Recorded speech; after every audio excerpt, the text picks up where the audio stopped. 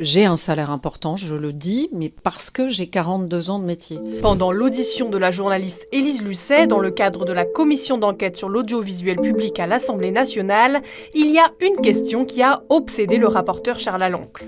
Est-ce que vous pouvez nous indiquer de façon tout à fait transparente votre salaire ? Je vous ai posé à 2 reprises la question, pourquoi est-ce que vous ne voulez pas nous révéler votre salaire ? J'ai du mal à comprendre pourquoi vous ne voulez pas, de façon très décomplexée, nous dire combien vous êtes payé par l'argent public. Interrogée une première fois par le président de la commission, la journaliste d'investigation a livré une première réponse. J'ai 42 ans de métier, donc 40 ans passés à France Télévisions. Donc effectivement, j'ai une rémunération qui correspond à mon expérience, j'ai une rémunération qui correspond à mon temps de carrière qui est assez long et à mon exposition à l'antenne et à mes responsabilités en tant que rédactrice en chef de Cache Investigation. Une réponse répétée plusieurs fois par la journaliste qui a invité le président et le rapporteur à consulter les documents en leur possession. Vous avez ces documents. Monsieur le rapporteur, monsieur le président, vous les avez à votre disposition. Donc ces documents vous ont été transmis. J'en ai eu l'assurance. Ce qui n'a pas découragé Charles Aloncle, de quoi légèrement agacer Élise Lucet. Pourquoi est-ce que vous ne voulez pas nous révéler votre salaire ? Est-ce que vous adoptez la même consigne qui a été donnée à l'ensemble des salariés de France Télévisions, c'est-à-dire de ne pas le rendre transparent auprès de millions de Français ? Je vous laisse répondre et puis ensuite on aura encore un quart d'heure de questions du rapporteur et je donnerai la parole ensuite au groupe politique. Ok. Alors en ce qui concerne mon salaire, j'ai vraiment le sentiment de vous avoir répondu, monsieur le rapporteur, ou peut-être ne m'avez-vous pas entendu ou écouté. Donc je répète qu'en ce qui concerne mon salaire, pardonnez-moi, j'attends d'avoir votre attention parce que comme vous me répétez la question à plusieurs reprises, du coup, je me dis que peut-être vous n'avez pas eu véritablement la possibilité de m'écouter ou de m'entendre. Donc, du coup, je vous répète véritablement les choses. Encore une fois, ces documents, et je m'en suis assurée. On les a. Merci. On les a, le rapporteur peut le confirmer. Merci. Comme ça, on ne va pas dire que je protège qui que ce soit. Le rapporteur, on les a. Je vous laisse le préciser. Vas-y. Et effectivement, madame Lucet, je vous remercie de votre... Effectivement, madame Lucet, je vous remercie de votre réponse. J'ai ces éléments à ma disposition. Simplement, je me heurte depuis le début des auditions à un refus pur et simple de l'ensemble des cadres et dirigeants de France Télévisions à les révéler dans le cadre de ces auditions.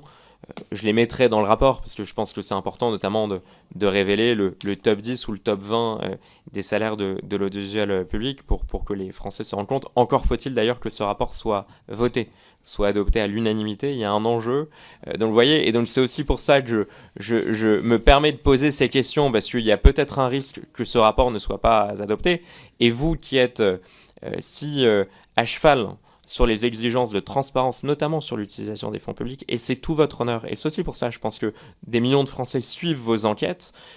Vous comprendrez que je m'interroge, j'ai du mal à comprendre pourquoi vous ne voulez pas, de façon très décomplexée, nous dire combien vous êtes payé par l'argent public, alors que c'est aussi un peu le cœur et l'ADN de vos émissions.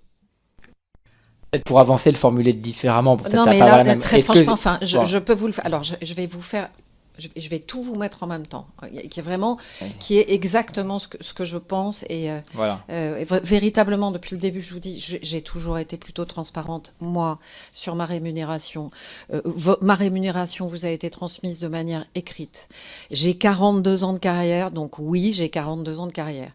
J'ai des responsabilités, je suis exposée à l'antenne, je ne suis pas un perdreau de l'année, comme on dit. Voilà.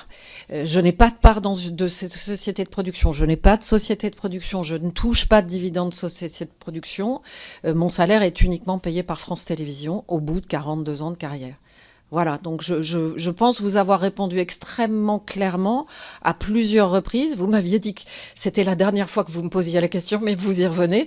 Bon, je peux comprendre, mais je pense vous avoir vraiment apporté tous les éléments, d'autant que vous avez, encore une fois, tous les éléments écrit en votre possession. Monsieur le rapporteur.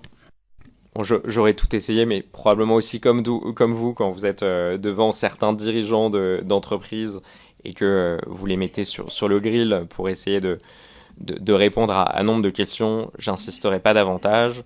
On va clôturer cette... je perçois en tout cas que vous ne voulez pas nous révéler votre salaire, mais effectivement, je vous l'avoue, c'est un élément que j'ai. En 2018, après une enquête de Téléstar, la journaliste avait déjà confirmé percevoir un salaire mensuel de 25 000 €.